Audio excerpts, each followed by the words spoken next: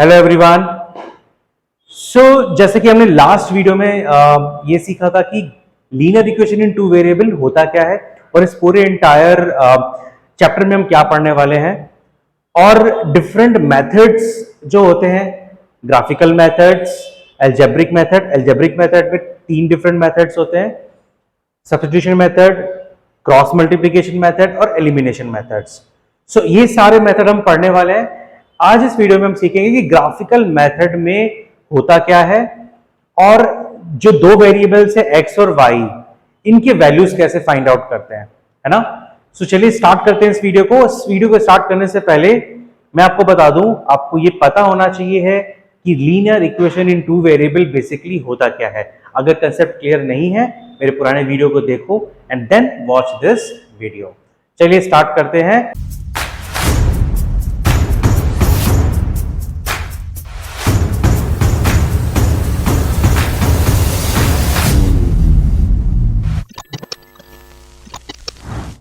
Method of solving linear equation in two variable.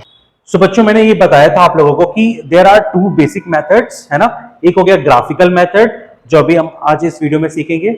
Second is algebraic method. Algebraic method में तीन different methods होते हैं। पहला हो गया आपका सब्स्टिट्यूशन, दूसरा आपका हो गया एलिमिनेशन और क्रॉस मल्टीप्लिकेशन। तो क्रॉस मल्टीप्लिकेशन ऑलरेडी सीबीएसई ने डिलीट कर दिया है। बेसिकली तीन मेथड सीखना है, ग्राफिकल मेथड, सब्स्टिट्यूशन मेथड और एलिमिनेशन मेथड, राइट। और इट इज वेरी ऑब्वियसली तीन अलग अलग मेथड्स हैं, तो इनको अपने तरीके होते हैं सॉल्व करने के। वो क्या है? सबसे इजी मेथड आपका होता है, आई थिंक तीनों के तीनों ही इजी मेथड है, but graphical method is my favourite one. और आज मैं वही आपको एक्सप्लेन करने वाला हूं कि ग्राफिकल मेथड। और आई होप 9th स्टैंडर्ड में तो हमने सीखा ही है कि लीनियर इक्वेशन को हम ग्राफ पे प्लॉट कैसे करते हैं। अगर आपको नहीं आता है, थोड़ा सा भी डाउट है, डोंट वरी, मैं आपको डेफिनेटली एक्सप्लेन करूंगा कि linear equation in two variable को ग्राफ में कैसे प्लॉट करते हैं, है ना। तो चलिए स्टार्ट करते हैं ग्राफिकल मेथड। ओके, तो ग्राफिकल मेथड में it is very obvious, we are studying linear equation in two variable. तो let's suppose we have two different equations. Equation 1 is a1x plus b1y is equals to c1, and the second equation is a2x plus b2y is equals to c2. अब ये दो linear equation in two variables हैं। So we know that given two lines in a plane, only one of the following three possible can happen. तो for example अगर मैंने बोला, मान लीजिए मेरे पास दो स्ट्रेट लाइन है। अच्छा, पहली बात तो ये आप सबको पता होना चाहिए कि जब भी आप लीनियर इक्वेशन को ग्राफ पे प्लॉट करोगे ना, तो आपको हमेशा एक स्ट्रेट लाइन मिलेगा। कैसा मिलेगा एवरीवन? Straight line. तो मान लो ये एक स्ट्रेट लाइन है ना, और ये दूसरी स्ट्रेट लाइन। तो दो स्ट्रेट लाइन क्यों? क्योंकि हमारे पास इक्वेशंस कितने हैं? दो इक्वेशंस। कौन से? Linear equations. तो अगर हमारे पास दो लीनियर इक्वेशंस हैं, तो इट इज वेरी ऑब्वियसली कि हमारे पास क्या होगा? दो स्ट्रेट लाइन। क्यों? क्योंकि हम मेथड कौन सा पढ़ रहे हैं? Graphical method. ग्राफिकल मेथड में क्या होगा? जब आप इस लीनियर इक्वेशन को पहले या दूसरे, तो दोनों में से किसी को भी अगर आप ग्राफ पे प्लॉट करोगे तो आपको क्या मिलेगा? Straight line. दूसरे को प्लॉट किया तो क्या मिला? दूसरा स्ट्रेट लाइन। चलो, अब बहुत सिंपल सा फंडा है कि अगर दो स्ट्रेट लाइन है मेरे पास, तो ये दो स्ट्रेट लाइन या तो पैरेलल होंगी, है ना, या फिर ये एक दूसरे को क्या करेंगी? इंटरसेक्ट करेंगी। और क्या पॉसिबल वे हो सकता है? या फिर ये दोनों एक दूसरे को कोइंसाइड करेंगी, है ना। तो यही सिर्फ और सिर्फ तीन पॉसिबल वे होता है अगर आप कोई भी लीनियर इक्वेशन को ग्राफ पे प्लॉट करोगे। There are n number of different, बहुत सारे ऐसे लीनियर इक्वेशन एग्जिस्ट करते हैं, है ना, in two variables, infinite. There are infinite linear equation in two variables. तो अगर मैं उन infinite linear equation in two variables को, उनमें से कोई भी दो रैंडम इक्वेशंस अगर मैं पिक करता हूं, तो वो दो इक्वेशंस या तो एक दूसरे को क्या करेंगी? पैरेलल होंगी एक दूसरे से, या फिर ये दोनों इक्वेशंस एक दूसरे को इंटरसेक्ट करेंगी, या थर्ड क्या होता है? एक दूसरे को कोइंसाइड करेगी, है ना। वही चीज यहां पे लिखा हुआ है कि the first case is the two lines will intersect at one point, very obviously, है ना भाई। दो स्ट्रेट लाइन एक दूसरे को एक सिंगल पॉइंट पे ही तो इंटरसेक्ट करेगी। Second is the two line will not intersect, however far they are extended, मतलब दे आर पैरेलल, तो यानी कि वो एक दूसरे से पैरेलल होंगे। और अगर पैरेलल नहीं हुई, मैं कह रहा हूं थोड़ा सा इसको टिल्ट करो, थोड़ा सा टिल्ट किया, दैट मीन्स अगर आप इसको एक्सटेंड करोगे तो एक जगह पे कहीं ना कहीं एक दूसरे को इंटरसेक्ट करेंगे। तो लाइंस या तो पैरेलल होंगी या फिर इंटरसेक्टिंग होंगी। और जो थर्ड केस होता है वो क्या होता है, the two lines are coincide lines, coincident line, यानी कि एक दूसरे को कोइंसाइड करेगी, राइट। तो बस वही एक्सप्लेन किया है कि अगर किसी भी दो लीनियर इक्वेशंस को अगर आप ग्राफ पे प्लॉट करोगे, या तो वो एक दूसरे को इंटरसेक्ट करेगी एट वन सिंगल पॉइंट, या फिर वो एक दूसरे के पैरेलल होगी, या थर्ड केस एक दूसरे को कोइंसाइड करेगी। तो यही सिर्फ तीन पॉसिबल कंडीशंस आप बोल सकते हो कि ये सिर्फ तीन ही पॉसिबल वे होंगी, है ना। आप कोई भी linear equation in two variables में उठाओ तो सिर्फ और सिर्फ ये तीन पॉसिबल, इन तीन कैटेगरी के अंदर में ही वो आएंगी, है ना। तो फिर भाई मान लो कोई भी दो इक्वेशंस दिया है, एक एग्जांपल ले लेता हूं मैं, 2x plus y is equals to 5, और एक दूसरा इक्वेशन है x plus y is equals to -7। तो भाई दोनों के दोनों क्या है, linear equation in two variables, है ना। आपको क्या लगता है कि ये जो दो given linear equation in two variables है, ये दोनों कोइंसाइड करेंगी, सॉरी इंटरसेक्ट करेंगी, या फिर पैरेलल होंगी, या फिर एक दूसरे पे कोइंसाइड करेंगी? तो भाई उसके लिए क्या करना पड़ेगा, ग्राफ पे प्लॉट करना पड़ेगा, है ना। पहले इसको ग्राफ पे प्लॉट करो और फिर चेक करो। कोई ऐसा तरीका है कि बिना प्लॉट किए हम फाइंड आउट कर सकते हैं कि क्या ये कोइंसाइड करेगी, या फिर पैरेलल होगी, या फिर इंटरसेक्ट करेगी? एक्चुअली में yes, algebraically it is possible, we can predict, we can find out कि ये जो दो गिवन इक्वेशंस हैं बिना ग्राफ पे प्लॉट किए, गाइस मैं जो बोल रहा हूं उसको ध्यान से सुनो, कि इन दोनों इक्वेशंस को जरूरी नहीं है कि आप ग्राफ पे प्लॉट करो और फिर पता चले अच्छा ये दोनों इक्वेशंस क्या है, एक दूसरे को कोइंसाइड कर रही है, या फिर इंटरसेक्ट कर रही है, या फिर पैरेलल, है ना। बिना ड्रॉ किए यू कैन फाइंड आउट। और आई थिंक नेक्स्ट जो मैं आपको दिखाने वाला हूं स्लाइड, वो इमेज काफी फैमिलियर है, आपके एनसीईआरटी में भी दिया हुआ है, करेक्ट। तो ये टेबल तो सारे बच्चों ने देखा ही है, राइट। और कुछ बच्चे इसमें काफी कंफ्यूज हो जाते हैं कि सर लाइक समझ में नहीं आता। तो बहुत आसान तरीका है, मैं आपको एक्सप्लेन करने वाला हूं। मैं क्या एक्सप्लेन कर रहा हूं कि बिना सॉल्व किए how to find if given pair of linear equations are intersecting, coincide और पैरेलल। इतना आसान है ना।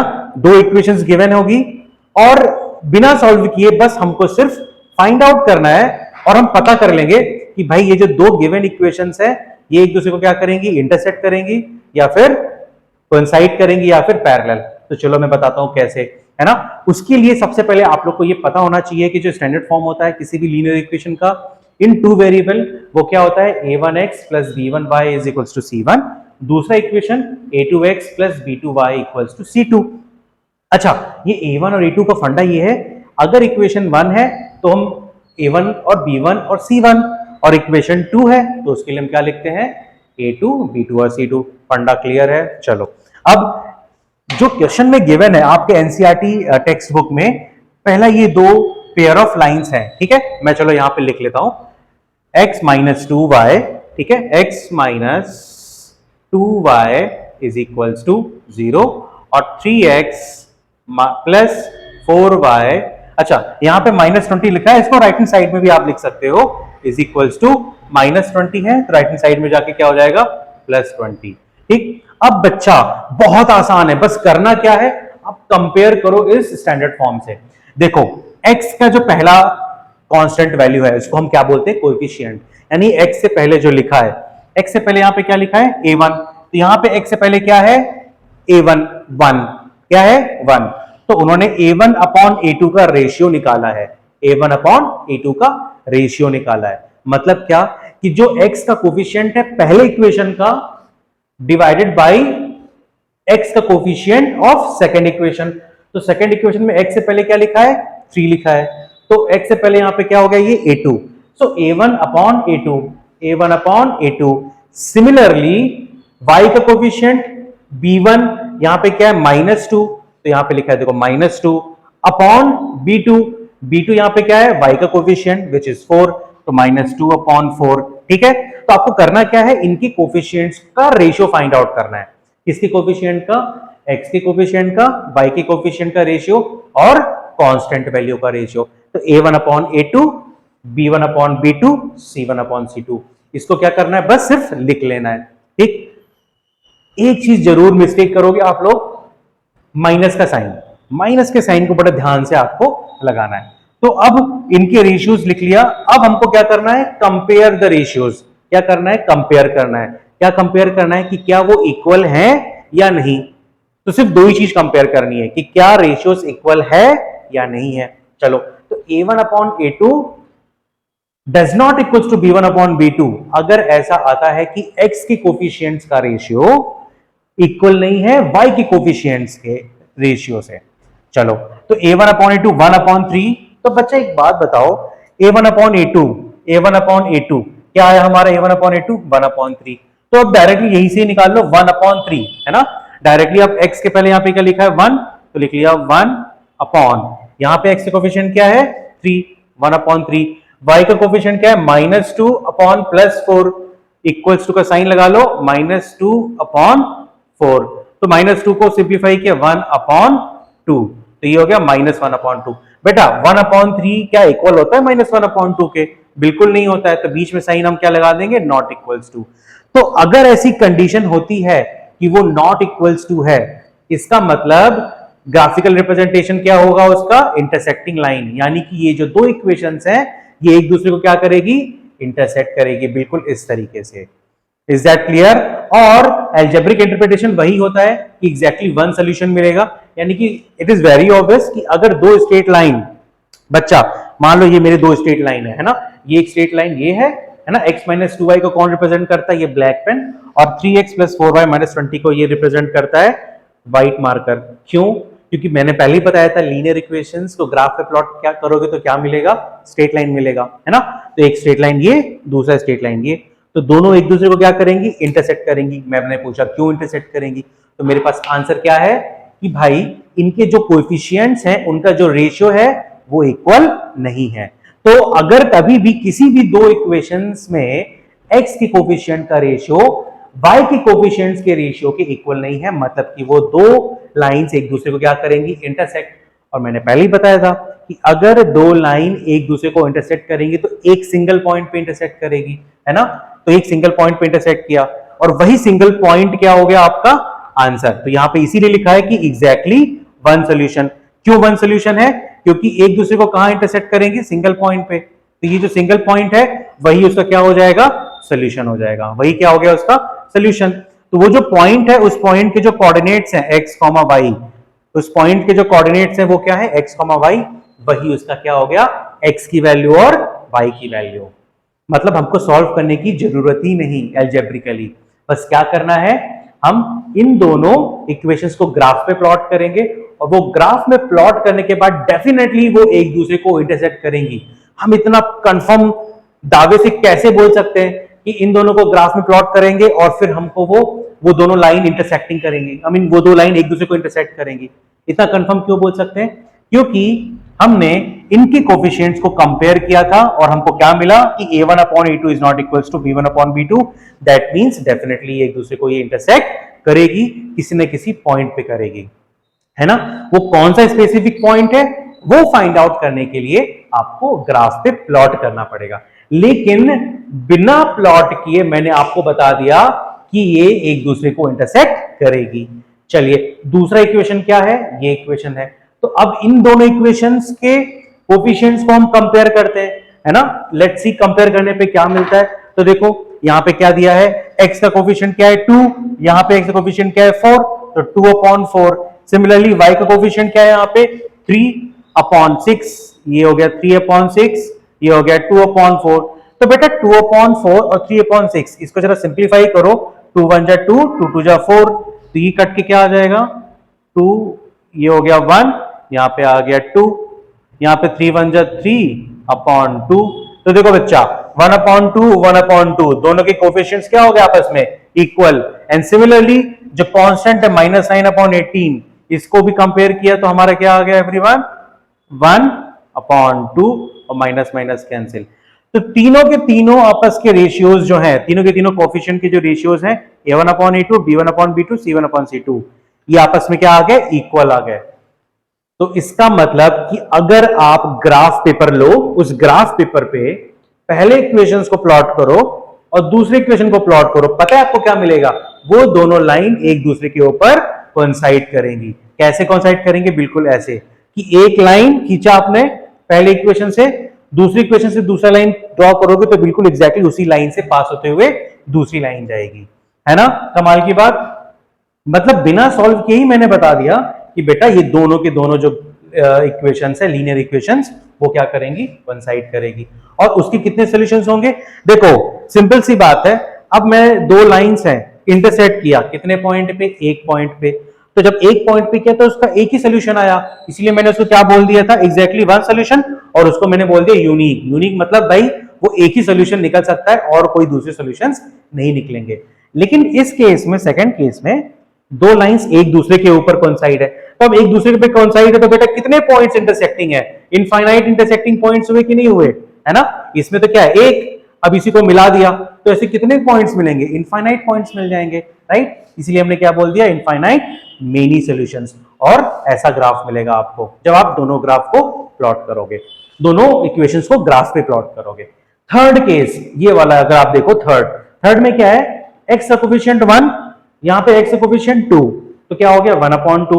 यहां y का कोफिशिएंट 2 अपॉन y का कोफिशिएंट 4, और कांस्टेंट वैल्यू क्या है, -4 अपॉन -12। चलो इसको सॉल्व करोगे तो ये 1/2 तो है ही यहां पे। अब तो ये 1/2, 2/4 को सॉल्व किया तो ये भी क्या आ गया, ये भी आ गया 1/2, राइट। और ये माइनस माइनस कैंसिल, ये आ गया 1/3। तो एक चीज तो कंफर्म हो गई, 1/2 इक्वल्स टू 1/2, मतलब a1/a2 इक्वल तो है b1/b2 के, लेकिन c1/c2 के इक्वल नहीं है।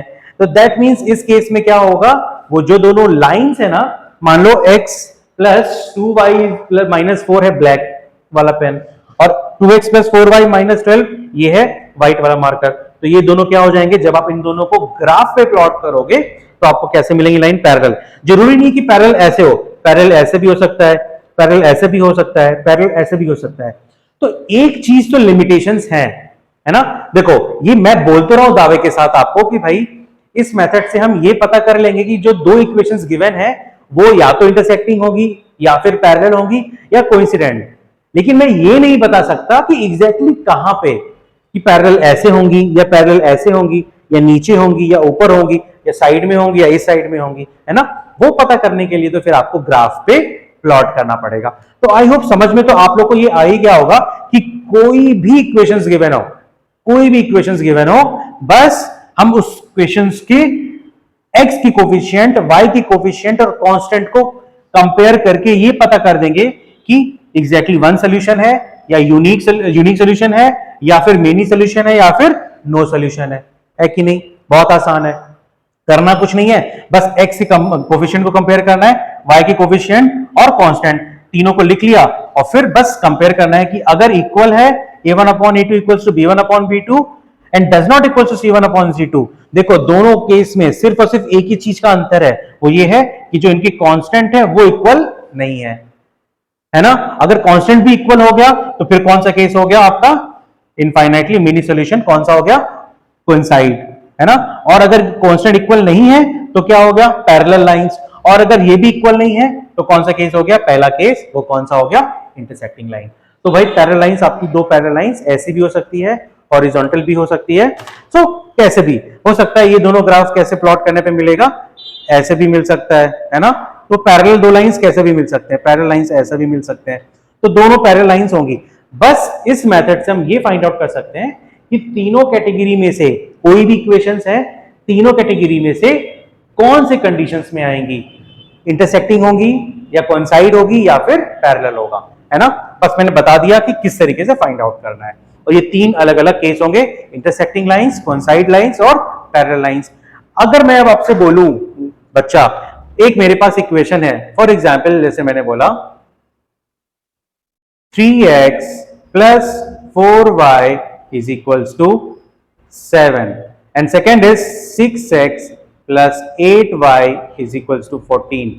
तो बेटा कमेंट सेक्शन में बताओ मुझे कि इस मेथड को सॉल्व अगर आप करोगे तो कंपेयर करने पे x की कोफिशिएंट, y की कोफिशिएंट कंपेयर करने पे और कांस्टेंट कंपेयर करने पे इन तीनों में से कौन से कैटेगरी में फॉल होता है? फटाफट मुझे आंसर बताओ कमेंट सेक्शन में। और नेक्स्ट वीडियो में हम सीखेंगे कि ये जो इक्वेशंस गिवन है ना, पहला equation linear equation in two variable, दूसरा linear equation in two variable, इन दोनों इक्वेशंस को ग्राफ में कैसे प्लॉट करते हैं, नेक्स्ट वीडियो में अपलोड करने वाला हूं। जो बच्चे नए हैं फटाफट सब्सक्राइब कर लो, क्योंकि नेक्स्ट वीडियो में मैं आपको एक्सप्लेन करूंगा। और इतना आसान है, इतना इजी है कि विद इन 2 मिनट आप इस इक्वेशन को फटाक से ग्राफ पे प्लॉट करोगे, दूसरे इक्वेशन को भी ग्राफ पे प्लॉट कर लोगे और फटाक से पता चल जाएगा कि ये दोनों इक्वेशंस एक दूसरे को कोइंसाइड करेगी, पैरेलल होगी या फिर इंटरसेक्टिंग होगी। चलिए मिलते हैं नेक्स्ट वीडियो में, तब तक के लिए बाय बाय, टेक केयर।